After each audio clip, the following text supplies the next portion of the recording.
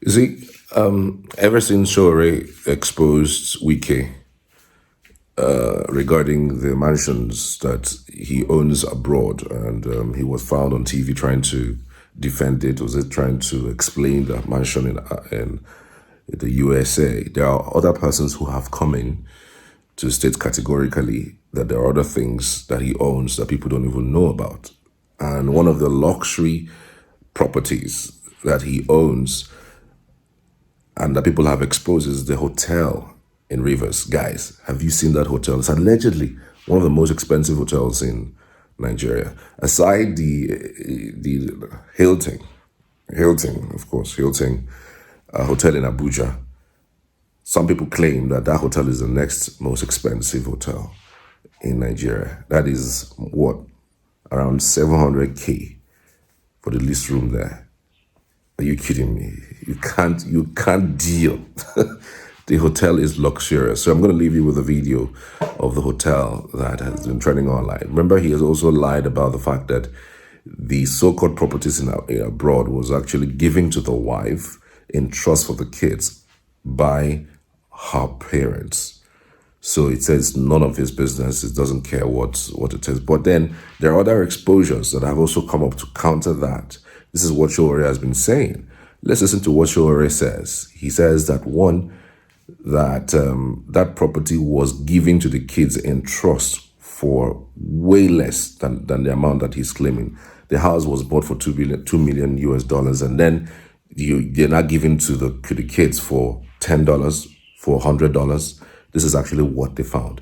They petitioned the Attorney General of Florida, and they said they are waiting for a response. I don't know where this is actually going to get us, but it does look like one of those things that would come and go. But again, guys, we'll listen to Sowore and then also have you watch the visuals of the luxurious hotels that Wike has in Rivers. For those who are in Rivers, tell us what you're saying. Is that really true that the hotel is the most expensive? Have you been there? What does it look like? Have you been to that environment?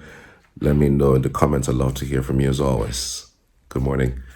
The minister himself had lied on TV that he didn't have any properties in the US, that the only property he had was a property that was donated to his wife by the wife's father or mother. I don't know which work they did or they were doing, but in investigating further, we found out there were 4 properties in the name of the wife that were then donated. Listen to this.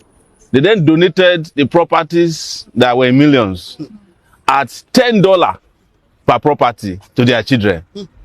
So you buy a property for $2 million, you then give it to your children at $10. One of them was given at $100.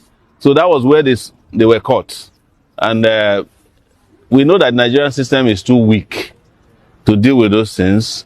But honestly, the little I know about law, the territorial jurisdiction for that crime is Florida. Yes. Yes.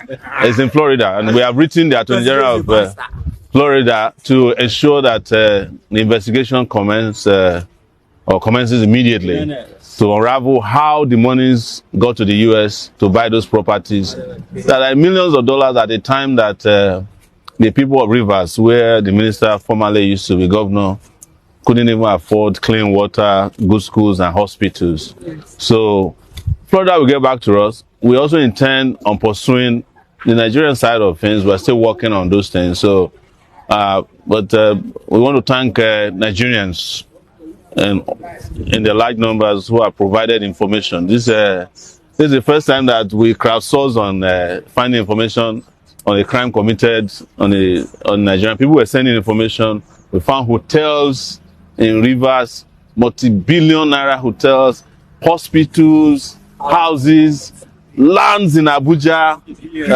There was a land in which we heard that he paid 8 billion naira in cash to buy a piece of land in a River Park Estate.